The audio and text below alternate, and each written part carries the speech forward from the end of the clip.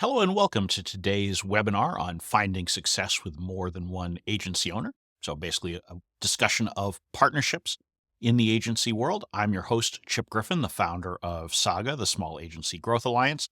And I'm looking forward to a good conversation today about a very important topic for any of you out there who are not just going it alone or you're thinking about taking on a partner in your agency, whether that's one where you're just getting started or adding a partner to your existing agency. We will cover all of that today. But before we do, let's get into a couple of housekeeping matters while folks are trickling in and starting to sign in for today's webinar here at the top of the hour. First of all, the full webinar replay will be available to Saga Pro members, so you can access all of the replays from all past webinars on the website if you're a Saga Pro member. You can use the Q&A function here on the screen, should be at the bottom of your screen, to ask questions at any time throughout the course of this webinar, and I will answer all of the questions from live attendees at the end. If you're watching on replay or if you are watching live but would prefer to ask a question that doesn't get answered publicly, feel free to email me directly at chip@smallagencygrowth.com. If you're talking about this webinar on social media, we'd encourage you to use the hashtag agency leadership to make the discussion easy to find. And finally, if you're looking for additional resources, perhaps ones that I mentioned here today, or you're just looking generally for information that may help you to run your small agency better, just go to smallagencygrowth.com and you will find tons of resources. And if you use the search function, you'll be able to find them quite easily. So with that, let's go ahead and dive into the topic at hand, partnerships. So we're going to start with that question of whether you should have a business partner or whether you should go it alone. This is for those of you who perhaps haven't gotten started yet and you're just thinking about starting an agency, or maybe you're running it solo and you're in conversations with someone who might make a good partner, whether that's someone you're already working with or just someone that you know and feel like they might bring something to the table. We'll talk about how you should think about that decision process. We'll talk about the difference between partners and investors. Both own stakes in the business, but they function very differently. And I know agencies sometimes go down the investor route, so I do want to touch on that today since it is related to some of the topics in a traditional partnership as well. We'll talk about why partnerships succeed and why they fail and how you can make sure that your partnership is more likely to work rather than not. And we'll finally talk about the impact of having a partnership and what that means when it's time to exit, whether you're exiting on your own or the entire agency is being acquired or merging with another firm. So let's go ahead and start with that fundamental basic question of should you have a business partner or should you be a solo owner? And it's not an easy question, and there are pros and cons to both. So let's start with the idea that you're thinking about an agency, but you haven't pulled the trigger on it yet, and you're thinking about going into business with someone. So starting an agency with one or more partners along your side. And as you're thinking about whether or not you should do that, you need to think about a few things. You need to think about what that looks like. And a lot of times we'll have conversations with somebody about potentially going into business with them, and we naturally focus on all the excitement that surrounds it and all of the good things that come from it. And we should certainly be thoughtful of those, but we also need to think about what are some of the challenges. And in order to really address that clearly, you need to have a very clear vision for what that partnership looks like. And that's more than just what percentage ownership do you have. It's what are your roles? How do you function? We'll talk more about some of that later, but you really need to have that clarity about how you're going to function in order to decide whether or not it's the right thing. You also need to map out a path, and I'm a big believer in taking pen and paper or a spreadsheet or a mind map or anything where you can try to plot out how that partnership looks. And I'm not talking just in terms of what your roles are, right? That's important. That's part of your vision. It's part of how you're selling the agency to other people, because it's the combined expertise that the 2 or 3 or 4 of you bring to the table. But it's looking at the fundamentals, the basics of how do we generate revenue that's going to sustain all of us, right? Because if you've got one owner, then coming out of the gate, you need to have enough revenue to support that single owner to compensate just you. Once you start having partners, now you're talking about having to achieve a certain scale right out of the gate, and you have to have more revenue to feed more mouths. And so getting to that point is more challenging. Now, most agencies, whether they're single owner or partnerships, tend to start with an existing client that's fueling them. And so perhaps you've come from a previous agency where you were working together with your partner. And so now you're able to jumpstart your new business by taking on some work. Make sure that that work is enough to feed both of you, right? There's nothing worse than going into business and realizing that it's so difficult to make ends meet because you have to generate 2 or 3 times the revenue that you would have if you were in it solo. So you need to make sure that the benefits of bringing everybody together comes along with increased revenue in order to make that happen, particularly at the start. But what about the situation where you have an agency that you own on your own and you're thinking about adding a partner? Typically, this comes from a longtime employee that you're thinking about giving equity to. But sometimes it could be that you've been partnering up with someone else who owns their own agency and you're thinking about coming together and operating as partners. You need to think about, in all of these cases, how do you divide roles and responsibilities? How do you split up any revenue that's coming to the table directly? If it's an employee, you need to think about how much are you going to have that person pay to buy in, right? Because ownership, a partnership is part ownership of the business. And so you don't just typically hand over a percentage of your business to an employee. There tends to be some sort of a period over which they are buying into the business. And there's a lot of different structures to it. So you would want to make sure that you have the proper paperwork in place, but the proper business decisions so that they understand that they are taking a risk in owning the business. And there needs to be something that they have to have skin in the game, if you will, in addition to the work that they're putting into the business. So there are lots of considerations that you need to think about as far as, do you cross this bridge into bringing on a new partner? Because it has the same challenges that you have if you're starting out with a new partner, right? You need to have more revenue because now the profits are going to be split amongst more people, even if you are the one who perhaps holds the majority interest in the business, particularly if it's an employee that you're bringing into the partnership. And finally, I would say you need to keep in mind that there are different structures that you can use. And I've talked about this in some of my compensation discussions that I've had in previous webinars and other articles and videos. But with employees, you don't necessarily need to make them a proper legal partner in the business who truly owns a percentage of it. You can have what's called phantom stock or other kinds of compensation arrangements that treat them in many ways as if they're a partner without actually having to go through all of the paperwork and having all of the tax implications and all of that come along with being a proper legal partner in the business. So lots of different things to consider here. Can't cover it all today, but happy to talk that through with any of you who are interested in exploring that further. Instead, today I'm going to focus mostly on how you make sure that you are well set up once you've now crossed this bridge into deciding that a partnership is the right way to go. And as I promised in the intro, I will take a moment to mention the difference between partners and investors, because there are a lot of agencies that are not a lot. There's a not insignificant number of agencies that have investors in them, and investors come in all shapes and forms. So let's talk about the different ways that someone can be a partner in the business, whether they are a true partner or whether they are more of an investor. So there are full-time partners. That's what we tend to think about first when we think about partnerships in the agency world. So that means that you and your partner are partners. Your primary source of income is that agency. And so that's sort of the traditional classical model for having partnerships, not just in agencies, but other things, whether that's law firms, accounting firms, et cetera. And so you're all employed full-time by the business. You're all working and paddling in the same direction to get the result, which is your livelihood. And so that's the traditional model, and that's what most people think of when they think of partnerships. But there are other cases where you might have a partner who has an investment in other businesses. This is something that I've done a number of times over the course of my career, where I was a partner in an agency, but a partner in a software firm, and maybe some other businesses as well. And so in those cases, I was not technically a full-time partner in any of those businesses because I had all of these other interests.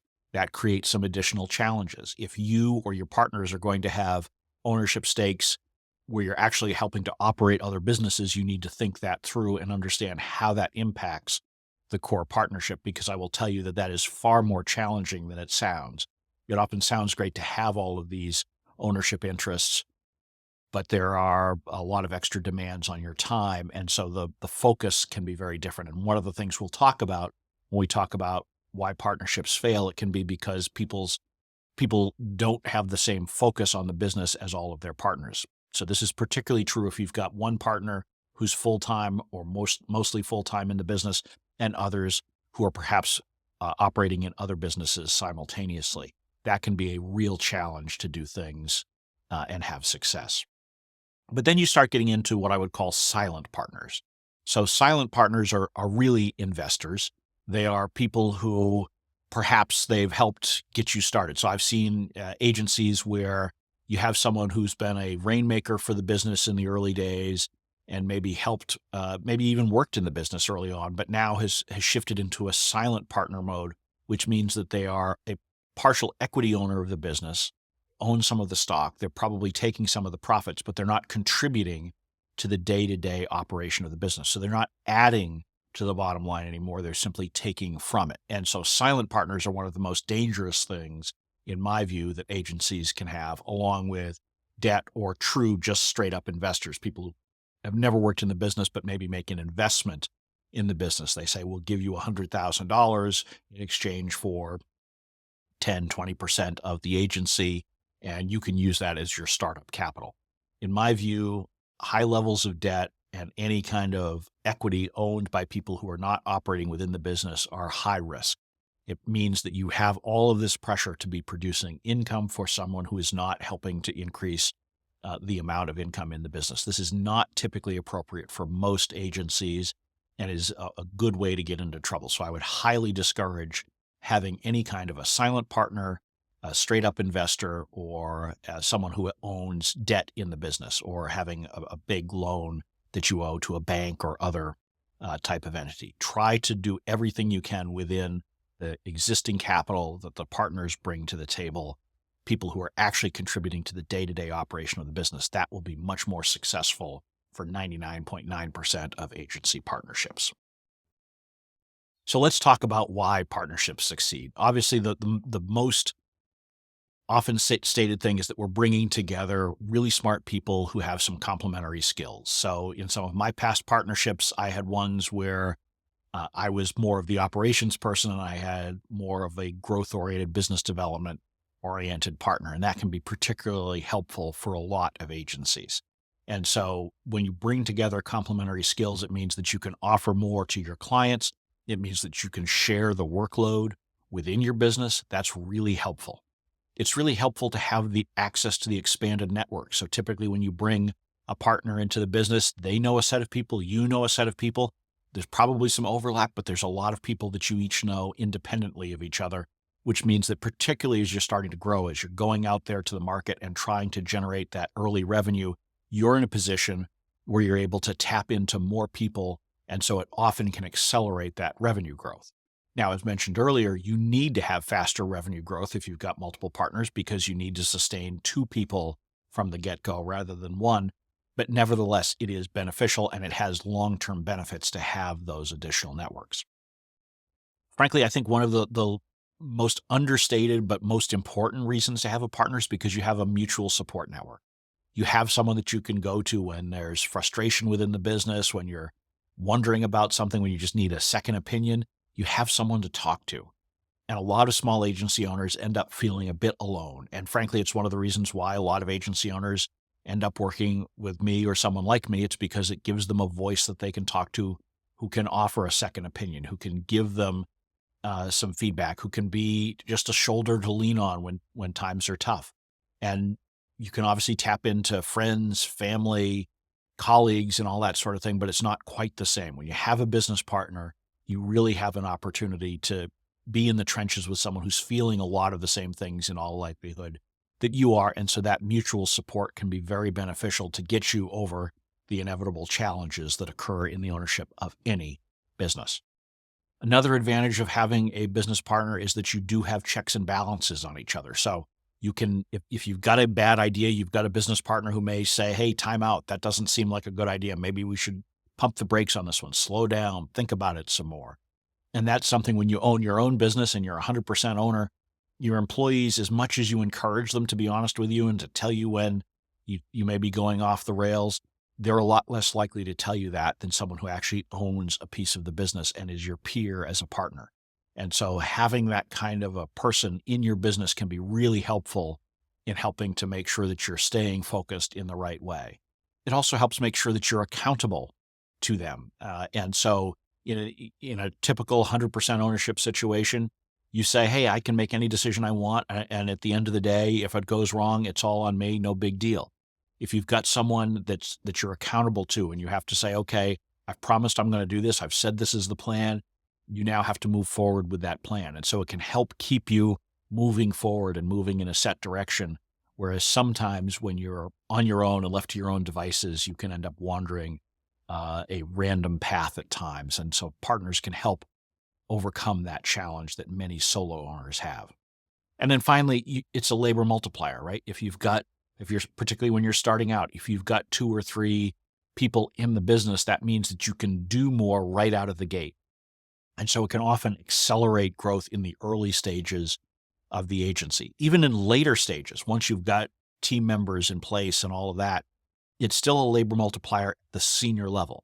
Because now when there's a client crisis or something like that, there should be multiple partners who can step in and help and service that particular challenge. And so it doesn't all fall on one person. And this can be really beneficial when it comes to things like taking time off. Because as long as you're coordinating your schedules well, you have a very senior person within the agency who can address any major issue that may come up in your absence. Whereas if you are a solo owner, you might have to make yourself available to be interrupted on vacations or even at family events and those kinds of things if there are true client crises that pop up that your team can't handle and that truly are that time sensitive. So there can be huge benefits from a labor multiplier standpoint to having multiple partners. But if partnerships were all sunshine and roses, everybody would have them. There are reasons that partnerships don't work out, and so there are downsides to partnerships as well. And some of the reasons that partnerships tend to fail is because you have a situation where the partners are not aligned. And this misalignment can come in a variety of different ways and for a variety of different reasons. So let's talk about some of the most common ones that I've seen. So obviously you can have a clear mismatch in the differing needs of the partners. So if you've got one partner who is in the business because they enjoy it, but perhaps they're independently wealthy, perhaps they own part of this business, but they own part of another, they don't necessarily have the same pressure as a partner in the business who this is sole source of income and this is how we put food on the table for the family. And so if you've got mismatched needs from the business in 2 or more partners, you can have a challenge because from a decision-making standpoint, the risk profile is going to be very different for those 2 mindsets, right? If I'm just viewing this as a fun thing, as gravy, but not my core livelihood, I look at all of the decisions that I make and all of the work that I may or may not put into it very differently than the person who this is essential to being able to pay my bills. And so when you have those mismatched needs, it can create a tension, an unhealthy tension within the partnership that can lead to hurt feelings and other issues that crop up over time. And in particular, for any partner who is not committed to the business as their primary source of income, it can often lead to situations where those who are committed to the business for their livelihood are putting in more time and energy into the business than those who are not as focused on it and not as dependent upon the business. And so that can also create issues and decrease that labor multiplier effect that we talked about as one of the benefits and one of the reasons why partnerships tend to succeed. So you can also end up with situations where you have different goals. And this is particularly true when you've got partners who are maybe at different stages of life, right? If you've got one partner who has young kids and you have another partner who is approaching retirement, you can have very different goals, both short and long term, which again impacts decision making. If I have young kids, I'm valuing my flexibility perhaps more than the person who's charging towards retirement and wants to maximize the amount of money that I can generate. And so that can create this tension between the partners.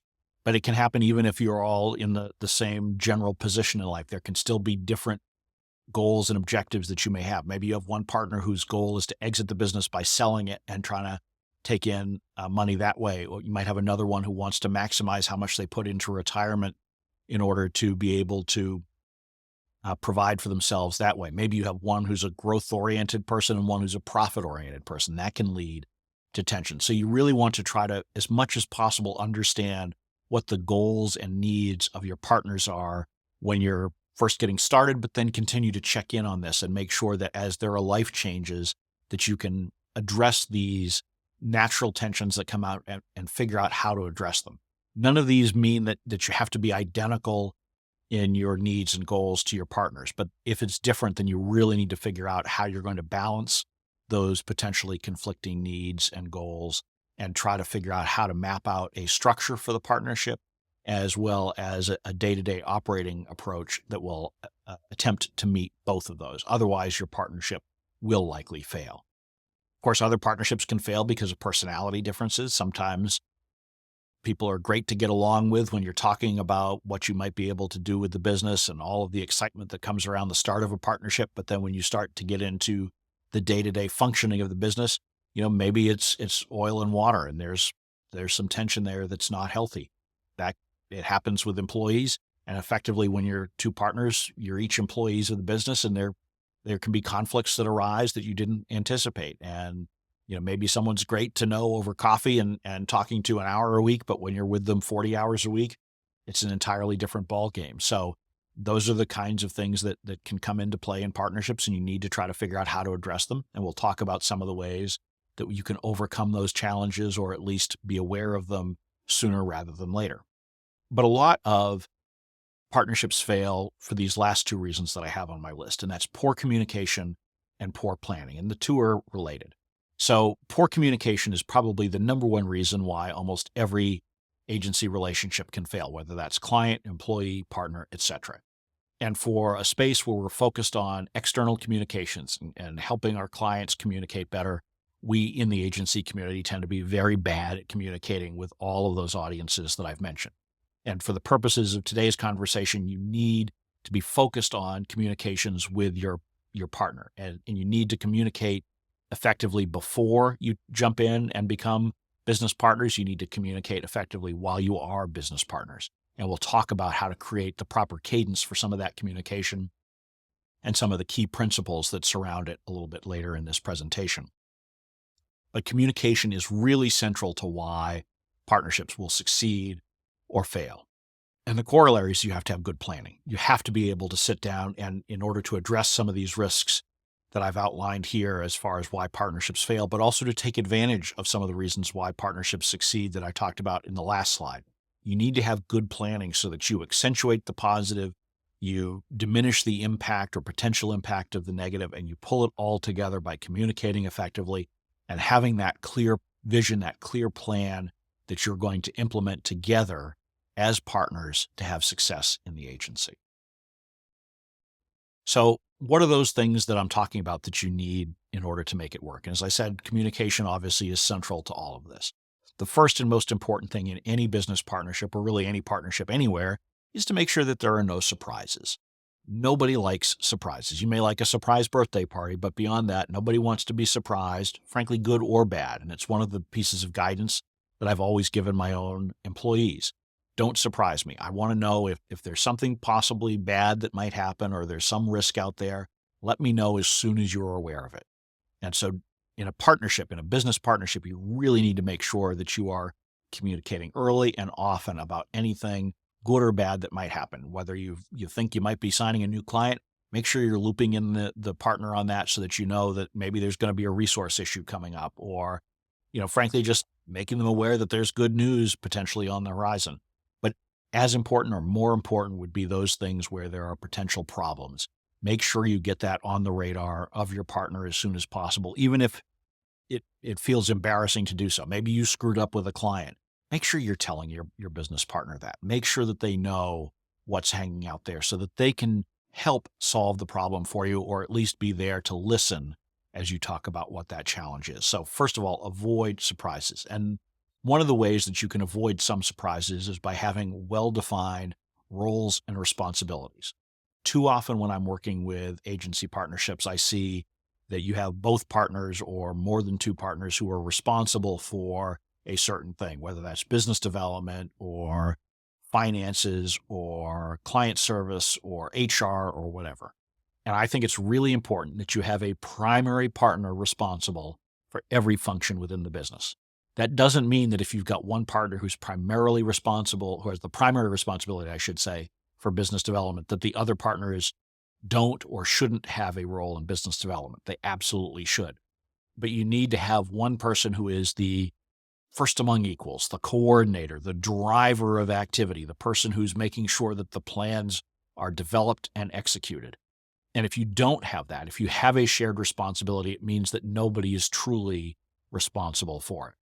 Worse is when you have a situation where you're duplicating roles and you're wasting energy and time on things. So if you have two partners who are both responsible for finances or something like that, there's really no reason for that. If you have two partners who are responsible as the lead client contact for a particular client, that's silly because that just means that you're increasing your cost to service that client. And so you need to have those well-defined roles and responsibilities. Again, doesn't mean that you can't contribute in all of these things across the partnership, but you need to have one person who has that primary responsibility and can make sure that the plans are developed, they're well executed, and that if there are shortcomings, that they can identify them and try to address them as part of the partnership. So make sure that you have those clearly spelled out for everybody so that there's no confusion and no duplication. You also want to make sure that you're in regular communication with your partner. And more often than not, what I hear is, well, we talk every day.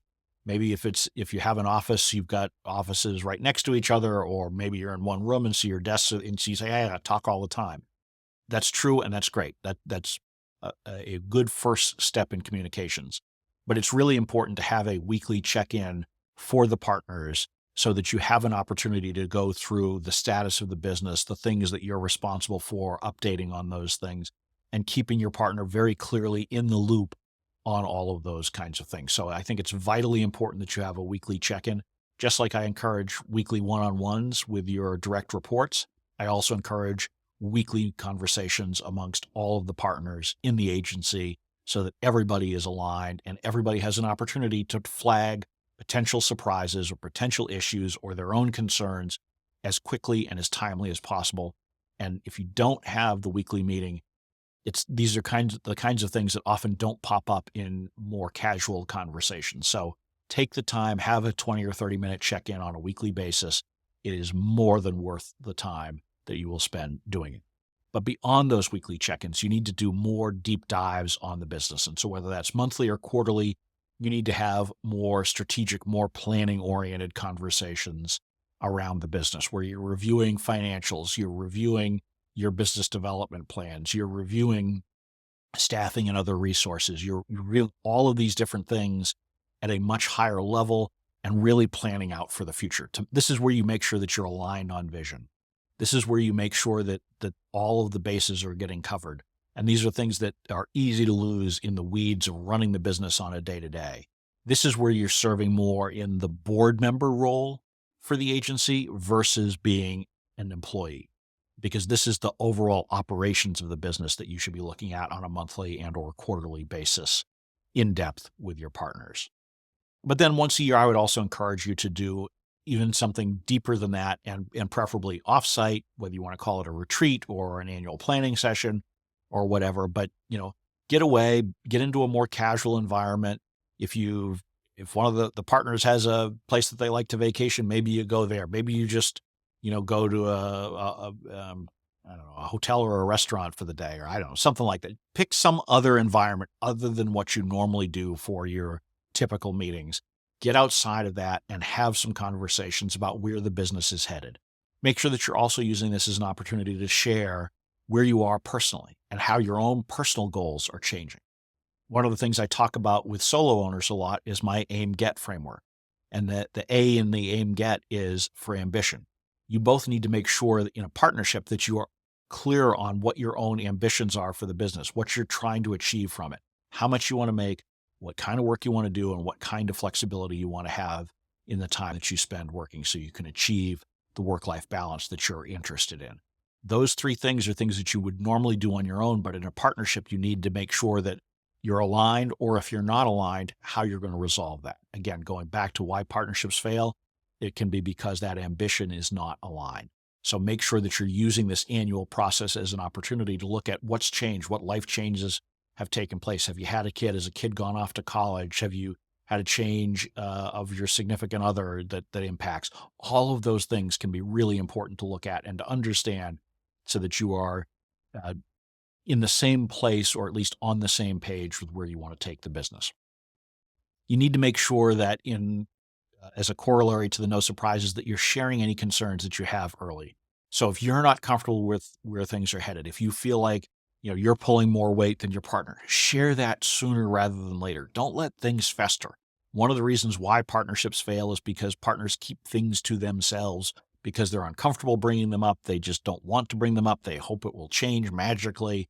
Share those concerns. And this doesn't mean that you should turn every weekly partnership meeting into an airing of the grievances, but it does mean if something's starting to eat at you, share it and try to resolve it sooner rather than later.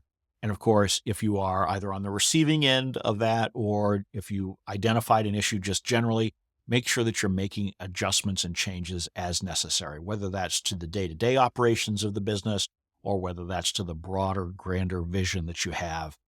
As you need to make changes, make sure that you've got buy-in from all the partners on whatever the new direction for the business is.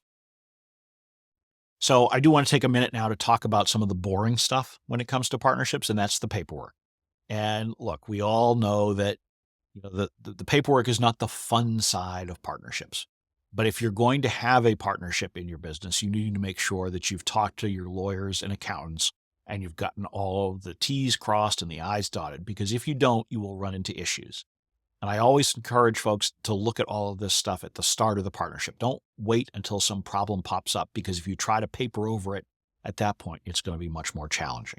So there are two key documents that almost every partnership needs, and there may be more. And again, your professional advisors can give you better guidance, but the two key things that you should be looking at would be a partnership or operating agreement and a buy-sell agreement. So let's take a look at the partnership or operating agreement first. That's something that you need to focus on because it goes to how the business actually runs on a day-to-day basis. And so obviously some of the things that pop into that are the obvious ones, like equity split. Who owns what? How much of the business do you own and does your partner own? How is decision making done? In other words, most partnership agreements will address what happens if you want to fire one of the partners, or what happens if you want to sell the business. Who gets to vote? How do those decisions get made? If you've got an agency where you've got a 50-50 split, which is pretty common, you need to figure out how do you deal with ties. Anytime you've got equity split in such a way that a tie is even theoretically possible, you need to make sure that your operating agreement addresses how to deal with that. Is it by a flip of the coin? Is it by having an external tie-breaking vote? Is it by giving one of the partners a tie-breaking vote? How are you going to deal with it? Because you want to make sure you don't end up in a deadlock within the partnership, because I've seen agency partnerships fail spectacularly because they're 50-50 partners and they just get to a point where they can't agree on anything and there's no way to even dissolve the business properly at that point. So make sure that you have some sort of a tiebreaker in there in order to keep things running smoothly. But it would also, your partnership and operating agreement will also address things like, are there partners, particularly as you get larger, are there partners in there that have more rights, responsibilities than others? You also need to make sure that you understand from your lawyers, are there minority shareholder rights statutes in your state or other jurisdiction that would either overrule your partnership agreement or that need to be addressed in your partnership agreement? Because even if you don't have a partnership agreement, there's usually a default set of rules and regulations that you will fall under. And so you're better off having a document that you've agreed to and set out, as opposed to just falling back on state laws and regulations that you may or may not find suit you when a challenge arises.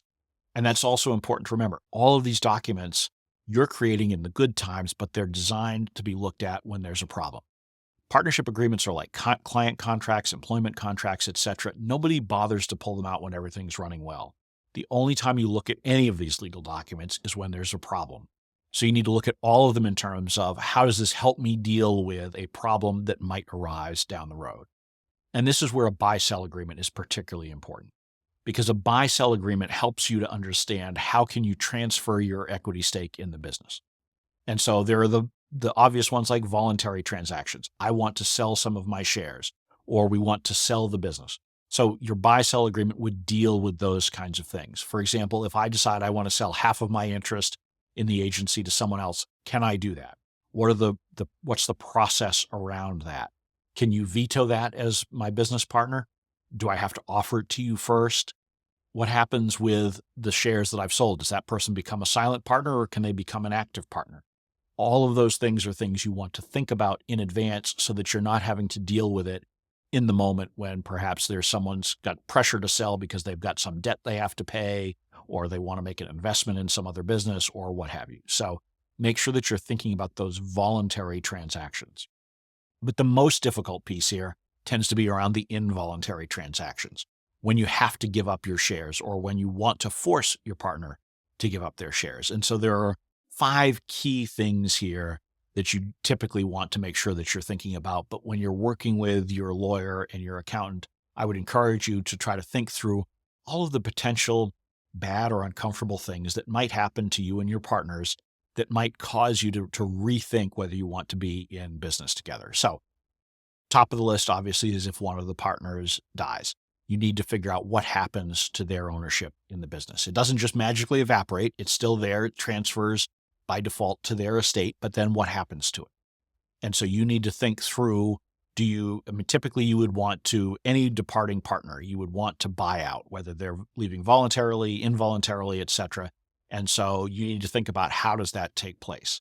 And you need to think about the finances around that too. So your buy-sell agreement might specify that a buyout happens over a period of time.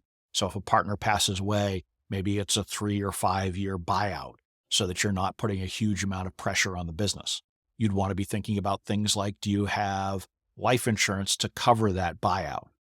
But then there are other things other than death that are also situations that you might need to address. Some of them are more challenging. Disability.